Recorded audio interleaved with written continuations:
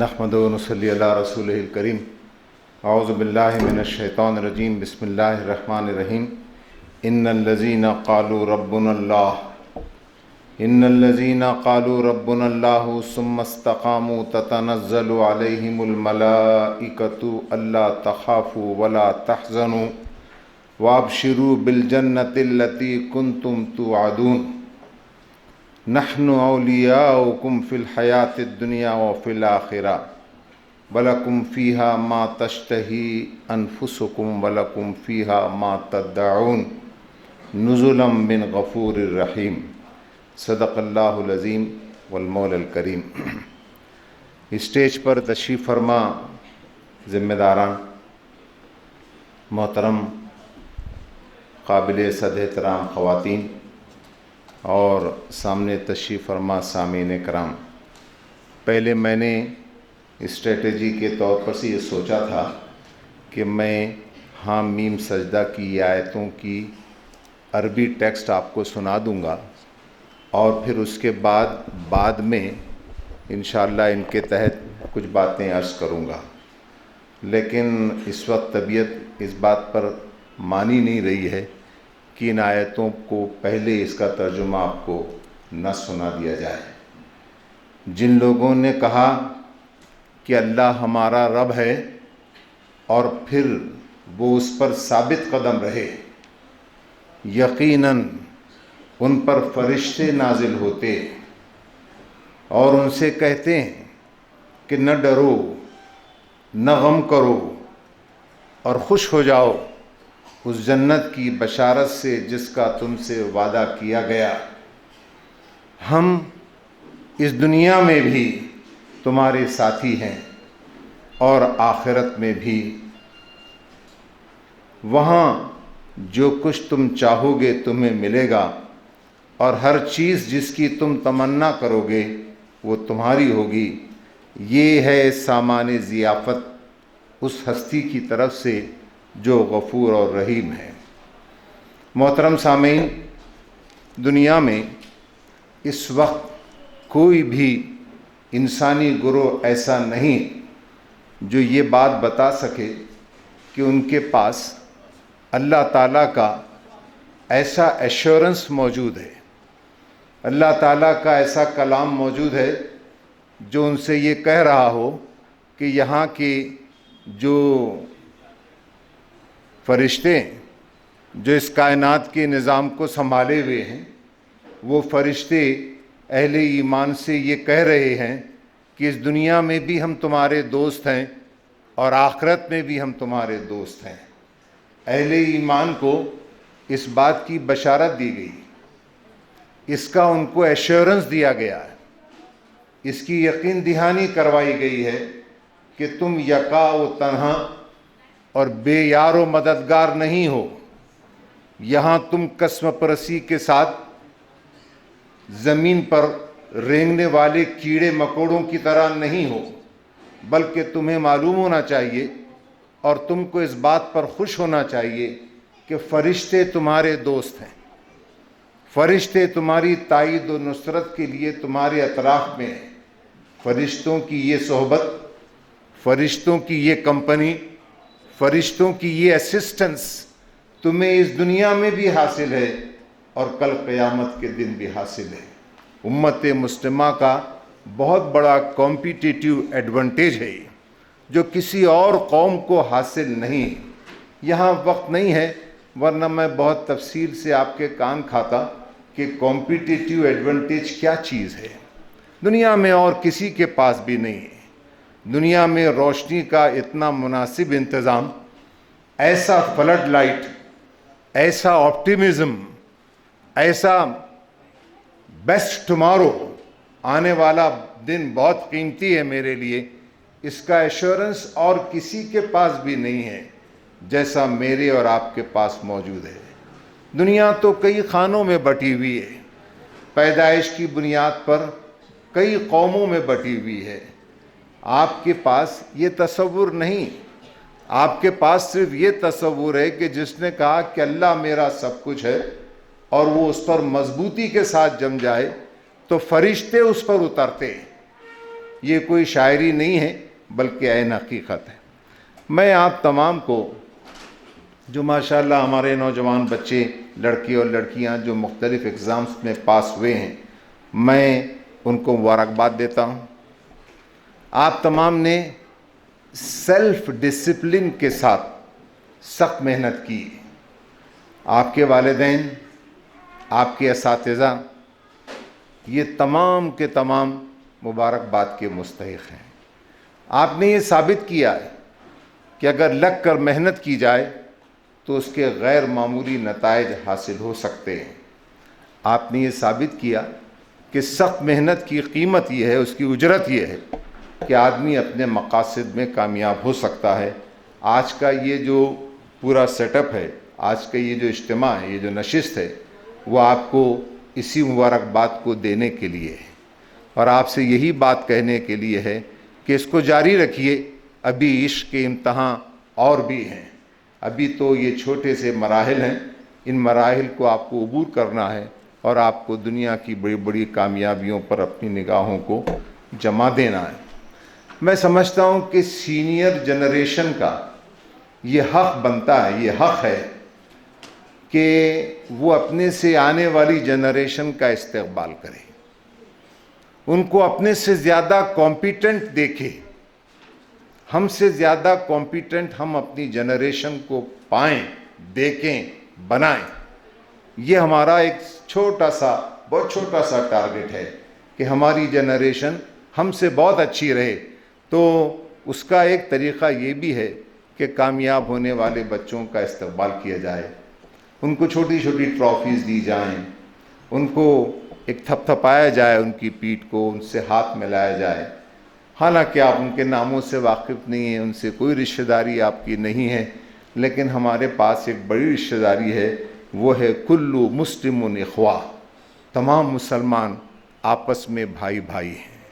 ہم اپنے ان تمام نوجوانوں کی استقبال کے لیے، ان کی ہمت افزائی کے لیے آج یہاں جمع ہیں۔ آج دنیا کے حالات بے انتہا خستہ ہیں۔ میں صرف مسلمانوں کا رونا رونے کے لیے یہاں کھڑا نہیں ہوا ہوں، بلکہ پوری انسانی دنیا بقول سید قطب رحمۃ اللہ علیہ کے تباہی و بربادی کے گہرے غار میں سر کے بل گر رہی ہے۔ اس کو اگر کوئی بچا سکتا ہے تو وہ صرف ہم۔ کیوں ہم ہیں؟ یہ کوئی حمیت نہیں ہے، حمیت جاہلیہ نہیں، بلکہ ہم اس لیے ہیں کہ ہمارے پاس اللہ کا دیا ہوا نظام موجود ہے۔ ہم اس دیے ہوئے نظام کے تحت اس انسانی زندگی کو خودکشی سے بچا سکتے ہیں۔ یہ بہت اہم رول ہے جو ہماری نئی جنریشن کو پلے کرنا ہے۔ ہماری نئی جنریشن جب صبح کا اخبار دیکھتی ہے تو میں نہیں سمجھتا ہوں کہ اس سے زیادہ کسی اور جنریشن کا نروس بریک ڈاؤن ہوتا ہوگا۔ پورے اخبار میں تمام مسلم دنیا، وہاں کا بہتا ہوا خون، وہاں کی ٹیرورسٹ ایکٹیویٹیز اور نہ جانے کیا کیا دنیا بھر کی چیزیں ہیں، وہ دیکھنے کے بعد ایک مسلم لڑکا یا لڑکی جو سائیکولوجیکل سیٹ بیک محسوس کرتا ہے، میں نہیں سمجھتا کہ دنیا میں کسی اور قوم کا لڑکا یا لڑکی صبح اٹھنے کے بعد اپنے تعلق سے یہ دیکھتا ہوگا۔ یہ حالات بہت سخت ہیں۔ ان حالات کو ہم کو اچھی طرح سے اس پر غور و خوض کرنا ہے اور نئے عزم اور حوصلے کے ساتھ اٹھ کھڑا ہونا ہے۔ بقول علامہ اقبال کے کہ یونان و مصر و روما سب مٹ گئے جہاں سے، اب تک ہے مگر باقی نام و نشاں ہمارا۔ کچھ بات ہے کہ ہستی مٹتی نہیں ہماری، صدیوں رہا ہے دشمن دور زماں ہمارا۔ ہماری ایک تاریخ ہے، اس تاریخ سے اپنی نسلوں کو واقف کروانا ہے، ان کے اندر نیا حوصلہ اور نیا جذبہ پھونک دینا ہے، ان کو اٹھا کر کھڑا کرنا ہے اور ان سے کہنا ہے کہ اس کائنات کی ہر چیز صرف مالک کائنات، خالق کائنات کے قبضے میں ہے، انسانوں کے قبضے میں نہیں۔ یہ بے لچک یقین ہم کو اپنی نسلوں میں پیدا کرنا ہے، ان کو ریئلسٹک بنانا ہے۔ ان کو چھوٹے سے شیل میں بند کر کے ہزاروں پروٹیکشن کے ساتھ ان کی امیونٹی کو بالکل گھٹا کر دنیا کے سامنے پیش نہیں کرنا ہے، بلکہ ان کو ہائیر اینٹی امیونٹی ڈوزز دے کر ان کو میدان میں اتارنا ہے۔ ان سے کہنا ہے کہ تم بہت کچھ کر سکتے ہو، اس لیے کہ تم نے انسانی تاریخ میں اس سے پہلے بہت کچھ کیا ہے، ہم اس کی طرف سے بالکل لاپرواہ ہیں، ہمیں اسے بدلنا ہے، ہم کو اپنی اس تاریخ سے ان کو واقف کروانا ہے۔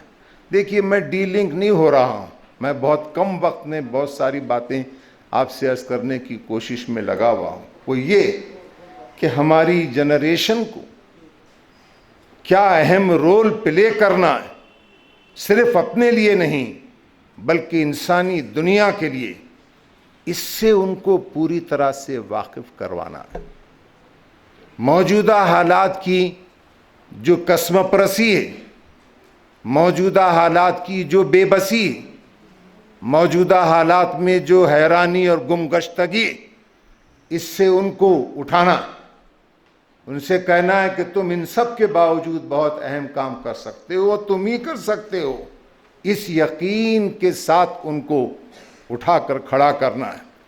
پھر یہ بھی کہنا ہے کہ یہ ایسی بیجا ضد نہیں ہے جو ہم مچلے ہوئے ہیں اور تم سے مطالبہ کر رہے ہیں، بلکہ ان سے کہنا ہے کہ تاریخ پوری ایک تاریخ ہے جس کو آج کی دنیا ڈارک ایجز کہتی ہے، وہ اس دنیا کی، انسانی دنیا کی سب سے گلٹرنگ تاریخ ہے، سب سے سنہرا دور ہے۔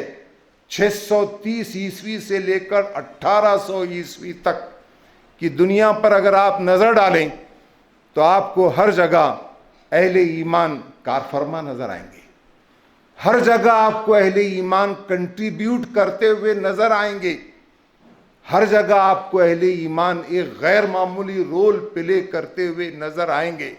ہم اپنی اس تاریخ سے اپنی جنریشن کو واقف نہیں کرواتے۔ میں آپ کو سیمپل کے طور پر صرف 2 چیزیں سنانا چاہتا ہوں، اور آپ کو یقیناً اس کو سننا ہی پڑے گا، اس لیے کہ اس وقت تک کہ آپ کو انعامات نہیں ملیں گے۔ انعامات یہاں کے لوگوں نے کہا کہ انعامات ہم بعد میں تقسیم کریں گے، ٹھیک؟ اب لوگوں کی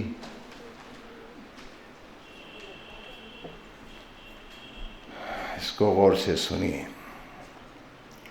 During this total darkness of medieval Europe,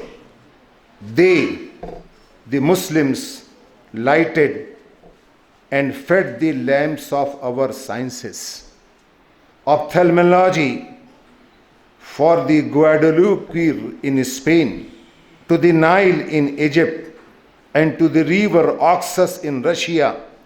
They were the only masters of ophthalmology in medieval Europe. یہ کسی مسلمان کا نہیں ہے، بلکہ یہ قول پروفیسر جولیس ہرش برگ کا ہے، جو اس نے اپنے کنکلوڈنگ ایڈریس میں 1905 میں امریکن میڈیکل ایسوسی ایشن کے سامنے دیا تھا۔ غور سے سنیے، اس پورے تاریخ دور میں 650 سے 1800 عیسوی تک کا جو دور ہے، جس کو یورپ ڈارک ایجز کہتا ہے، اس کے تعلق سے پروفیسر جولیس ہرش برگ کہتا ہے کہ یہ ڈارکنیس کا دور نہیں تھا، بلکہ میڈیول یورپ جب پوری تاریکی میں، گھٹا ٹوپ تاریکی میں ڈوبا ہوا تھا، تو یہ مسلمان سائنٹسٹ تھے، یہ مسلمان آپتھلمولوجسٹ تھے، جنہوں نے علم کی قندیلوں کو روشن رکھا، جو اسپین سے لے کر نیل کے ساحل تک اور آکسس جو رشیا کا مشہور دریا ہے، وہاں تک یہ اثرات پھیلے ہوئے تھے۔ میں نے آپ کو سیمپل کے طور پر یہ چیز سنائی۔ میں آپ کو ایک چیز اور اس کے تحت سنانا چاہتا ہوں، اس کو غور سے سنیے۔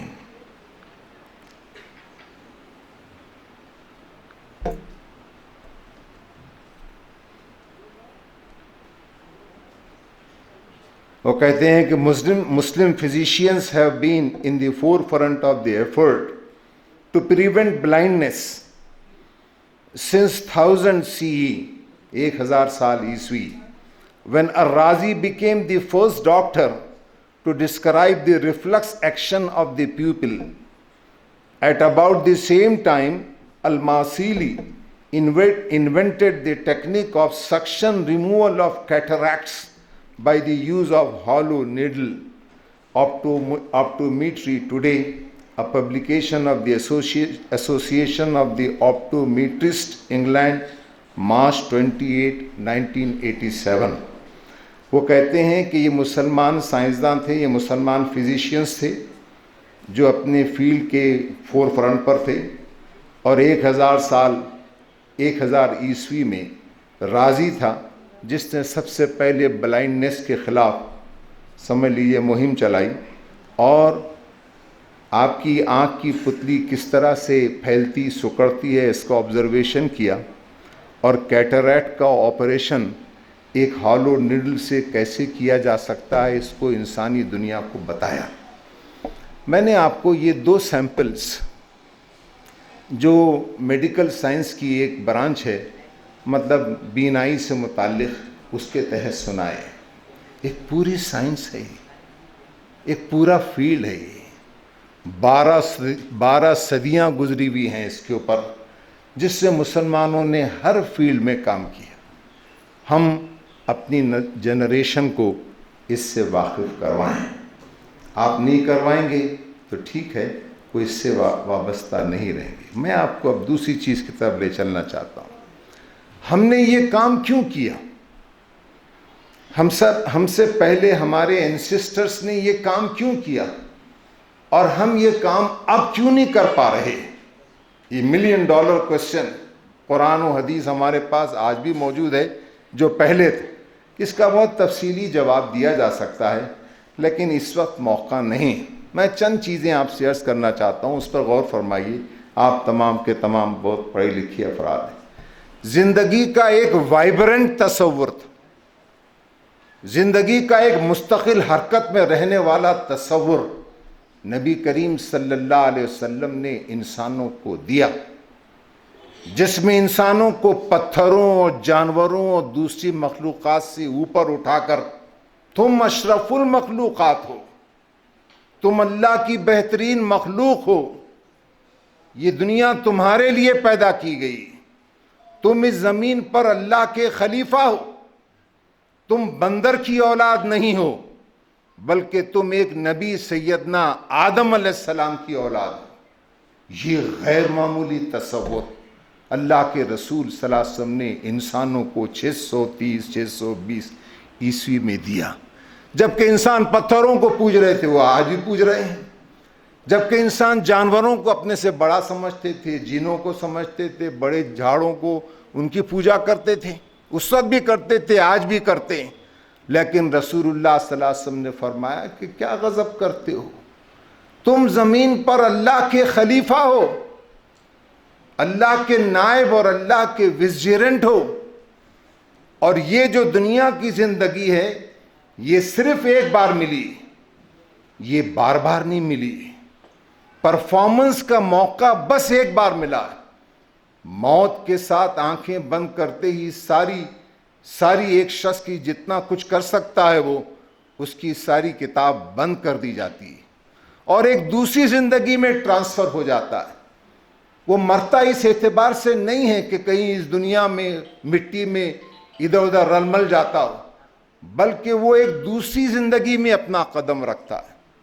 پھر اس کے بعد ایک اور زندگی ہے جس میں وہ آخرت کی زندگی کا یہ غیر معمولی تصور ہے, جس میں کنٹینویشن ہے, جس میں موت کا اتنا ہاریفائنگ تصور نہیں ہے جس سے لوگ پریشان ہو جاتے ہیں.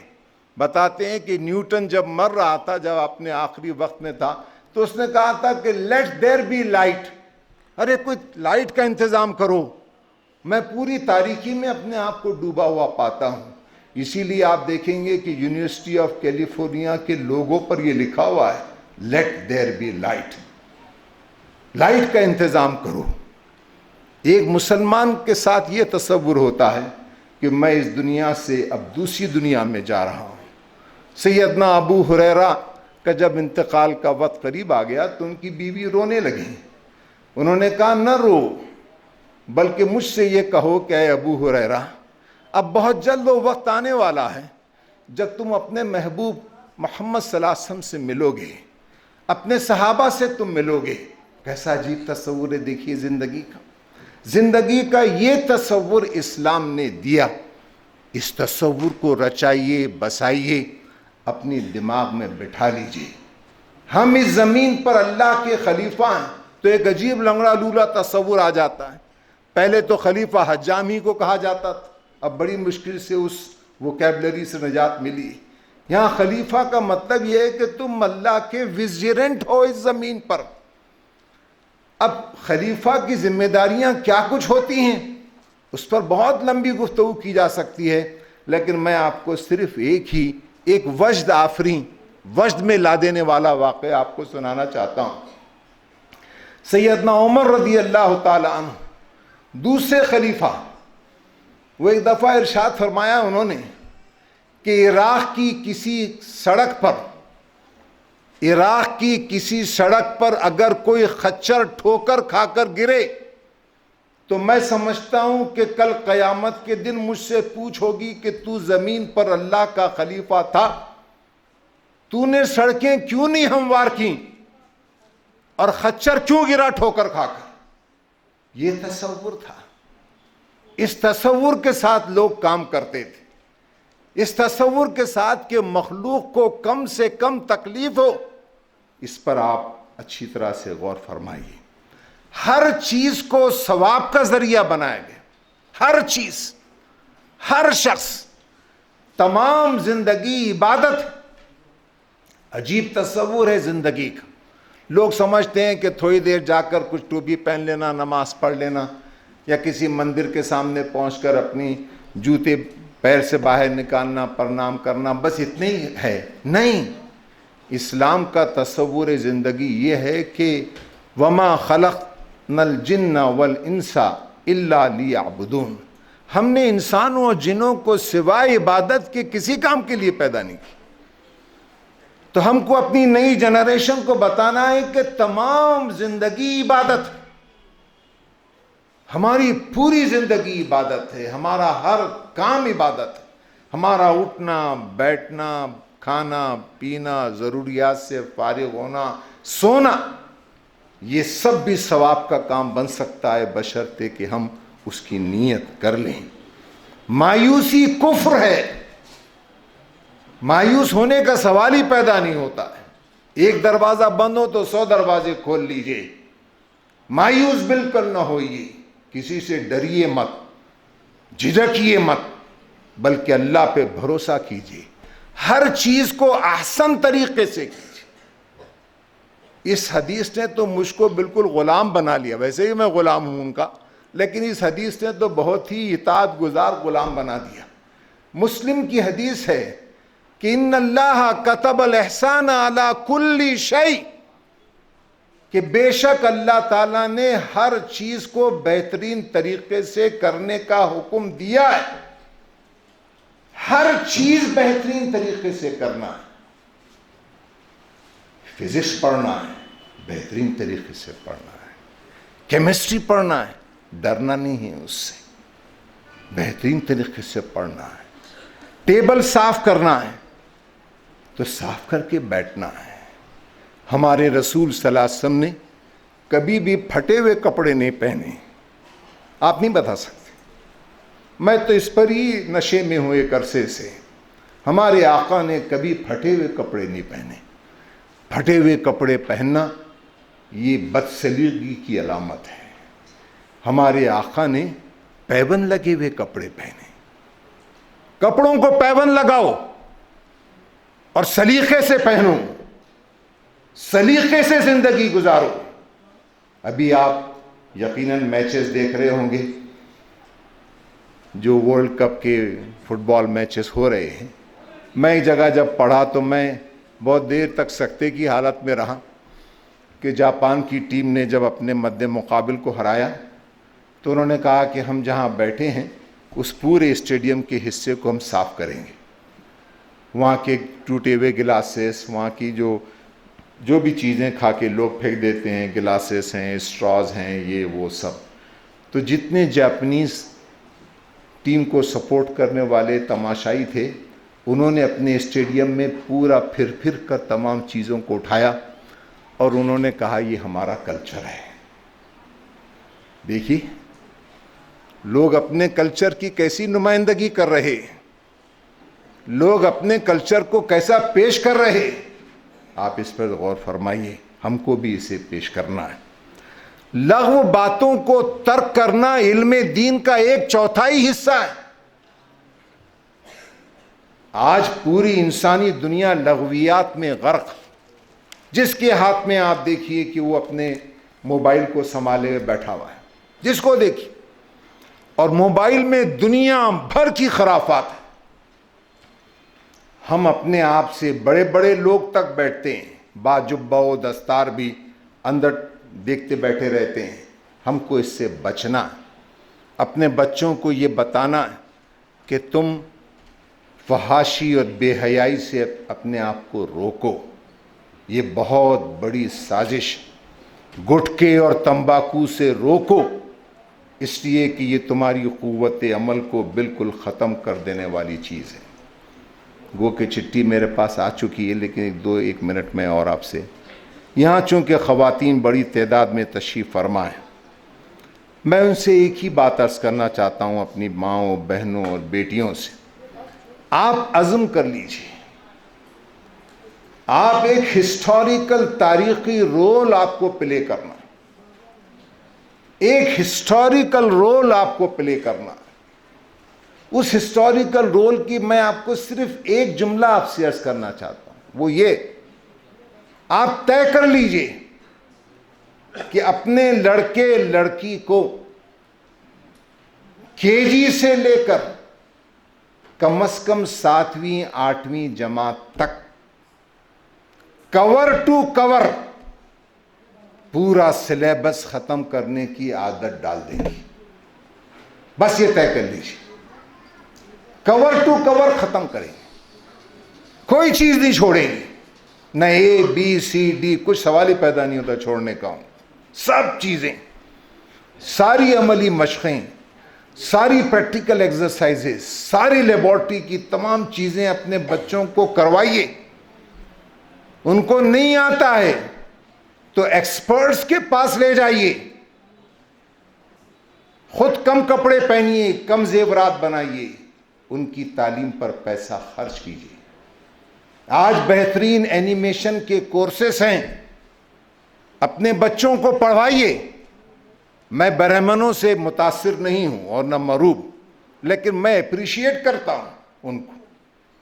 آپ ان کے پاس جائیے، ان کے بچے کو دیکھیے، وہ اینیمیشن کے تحت پورے کورسز پڑھتے ہیں، پورے کورسز پڑھتے ہیں۔ ہم بھی پڑھائیں، کیا پرابلم ہے اس؟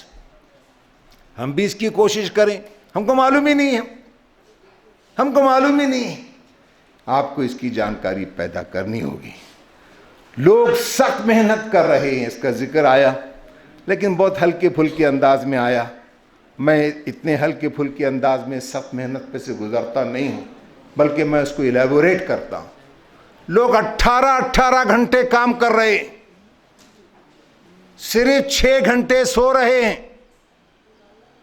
دنیا کی قومیں بہت زبردست قسم کے کام میں لگی ہوئی ہیں۔ ہم ہر جگہ سو جاتے ہیں، مسجد میں سو جاتے ہیں، قیلولے کے نام پہ سو جاتے ہیں، فجر کے بعد سو جاتے ہیں، بس سوتے ہی سوتے رہتے ہیں، 18 گھنٹے سوتے ہیں۔ لوگ 18 گھنٹے کام کر رہے ہیں۔ پروفیسر یوشیٹو کیشی، جو بہت مشہور ہارورڈ یونیورسٹی کے آرگینک کیمسٹری کے پروفیسر ہیں، ان کے تعلق سے ایک بات جب سنا میں، تو میں بہت اچھا لگا مجھے۔ ان کو معلوم ہوا کہ ان کا کوئی شاگرد جو ہے وہ پرانی کار کی تلاش میں ہے۔ انہوں نے اس کے پاس گئے اور ہلکی سی مسکراہٹ یوشیٹو کیشی کی لبوں پر کھیل رہی تھی۔ یوشیٹو کیشی نے اس سے پوچھا، I heard that you are looking for a car۔ میں نے سنا ہے کہ تم کسی پرانی کار کی تلاش میں ہو۔ اس نے کہا ہاں میں اصل میں پرانی کار دیکھ رہا ہوں تاکہ میں ویکینڈز پر اپنی فیملی کو ادھر ادھر کوئی شاپنگ کے لیے لے جا سکوں۔ کسی نے اس کے جواب میں کہا you will not find time for that, تم اس کے لیے وقت نہیں پاؤ گے۔ دیکھیے لوگ کیسے کام کر رہے ہیں، مائیں کام کریں، باپ کام کریں، چچا کام کریں تو بچے بھی کام کریں گے۔ اگر آپ کے خراٹے گھر میں گونج رہے ہوں تو یہ نہیں ہو سکتا کہ آپ کا بچہ بہت مطیع و فرمانبردار بن کے جا کے پڑھنے کے لیے اپنے ٹیبل پہ بیٹھ جائے۔ ہر ایک کو کام کرتا ہوا دیکھیں۔ ہم ایک کلچر بنائیں، ہم ایک کلچر بنائیں کام کرنے کا، سخت محنت کرنے کا۔ علامہ اقبال کی ایک شعر پر اپنی بات کو ختم کرتا ہوں۔ چیز حیات، علامہ نے خرید لیا اس جملے پر۔